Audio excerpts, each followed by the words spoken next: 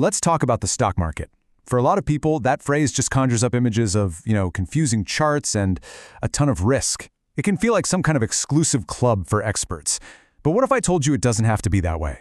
Today, we're going to break it all down with a super simple, step-by-step guide to get you started on your investment journey. Ready? Let's do this. Does this question hit home? If it does, hey, you are in exactly the right place.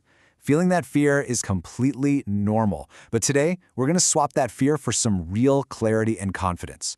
We're going to give you a clear roadmap to follow, and it all starts with one really basic distinction. So, first things first. We need to get one thing straight. Not all money making in the stock market is the same. There are two completely different ways to play the game, and for a beginner, picking the right path is probably the most important decision you can make. On one side, you've got investing.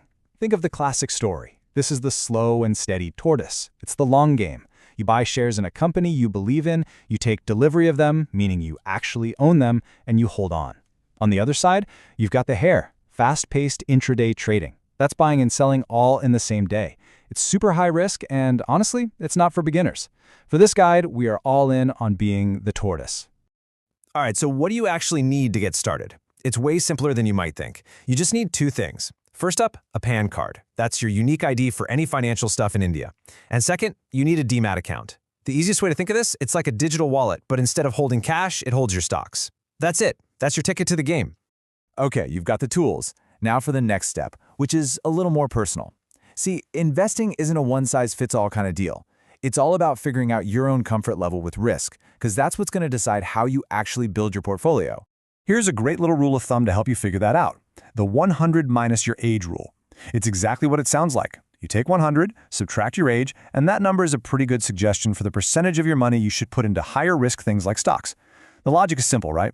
The younger you are, the more time you have to bounce back from any market bumps, which means you can afford to take a bit more risk for, hopefully, higher rewards. So let's see how this actually works. Say you're 25 years old. 100 minus 25 gives you 75. And as you can see on the slide, that suggests a portfolio where 75% of your money is in stocks, and the other 25% is in safer, lower-risk things like bonds or maybe gold. It's a really simple way to get a balanced approach that fits where you are in life. And now, let's talk about the secret sauce, the magic ingredient that makes all this long-term investing stuff so incredibly powerful. It's called compounding, and the best way to really get a feel for its power is with something called the Rule of 72. This, my friends, is where things get really exciting. The Rule of 72 is just a super simple mental math trick. It helps you guess about how long it'll take for your money to double. All you do is take the number 72 and divide it by whatever annual return you expect to get.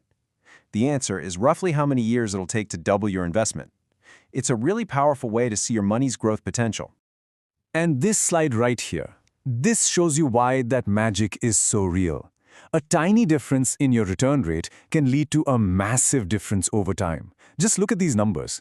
1 lakh rupees growing at 12% turns into about 8 lakh in 20 years. Pretty good. But at 18%, that same 1 lakh explodes to over 32 lakh. That's not just a little better, it's a completely different ballgame. That is the power of compounding. Okay, so you get it. Compounding is awesome, but the big question is still hanging in the air, right? What do I actually buy? This is the exact spot where so many beginners just get stuck and give up. But don't you worry, we've got a simple, clear blueprint for you that takes all the guesswork out of it. Now, here's probably the best news for anyone just starting out. You do not need to be a stock-picking genius. You don't have to spend hours and hours researching companies. You can simply invest in the entire market by buying something called an index fund. Think of it like this. An index fund buys a small piece of lots of companies, like the top 50 in the country. So you get instant diversification. You're not just betting on one horse, you're betting on the whole race. So what does this actually look like in practice? Let's take that stock portion of your portfolio. Remember the 75% for our 25-year-old? Here's a simple, diversified way to split it up. Put 50% into a Nifty 50 fund. That's India's biggest, most stable companies. Then 25% in a mid-cap fund, which is for those medium-sized businesses that are still growing. And the last 25%? That goes into a small-cap fund. Now, these are smaller companies, so they're higher risk, but they also have the biggest potential for explosive growth. We are so close to being ready for takeoff. But wait, Before you invest even one single rupee in the market, there's one last absolutely critical section we need to go over.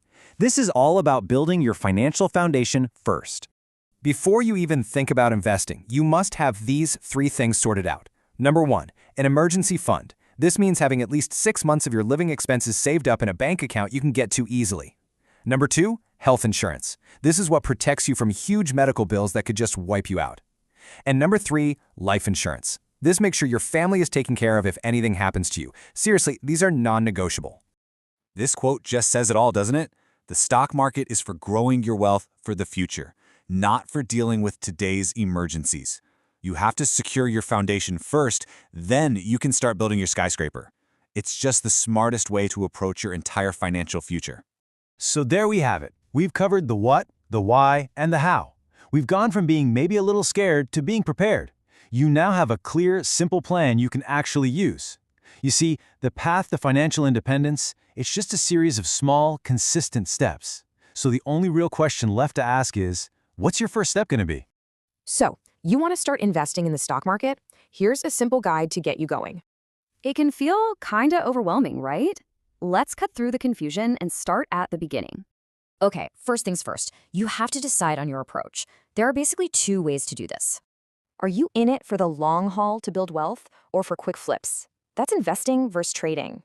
For beginners, rule number 1 is simple. Choose investing, not trading. It's about playing it smart. All right, let's get you ready to go. You only need 2 things to actually get started. You'll need your PAN card for taxes and a DMAT account to actually hold your stocks. So what's a DMAT account? It's just like a bank account, but for your shares instead of cash. Next up, you gotta figure out your risk profile, and there's a really simple rule for this. It's called the 100 minus your age rule. It helps you figure out how much to put in stocks. So, let's say you're 25. That means 75% of your investment could go into stocks. But when you're 40, that number drops to 60%. Your risk goes down as you get older. Okay, so you know your risk level. Now where do you actually put your money? First, let's talk compounding. The rule of 72 shows you how fast your money can double. And wow, look at the difference. A small change in returns makes a huge impact over time. So how do you aim for those higher returns without the headache of picking individual stocks? Well, you diversify. Here's a simple, effective portfolio split across different company sizes. Put half your investment into a Nifty 50 index fund. That's India's top 50 companies. Another 35% goes into mid-cap funds. These are companies with a lot of growth potential. And the last 15%? Small cap funds. This is your high-risk, high-reward slice. The best part? You're letting expert fund managers do all the hard work for you. But hold on, before you invest a single penny, you need to have your financial basics covered. You gotta have a long-term plan, an emergency fund, and of course, proper insurance. Non-negotiable. Seriously, starting this journey the right way is a huge gift to your future self.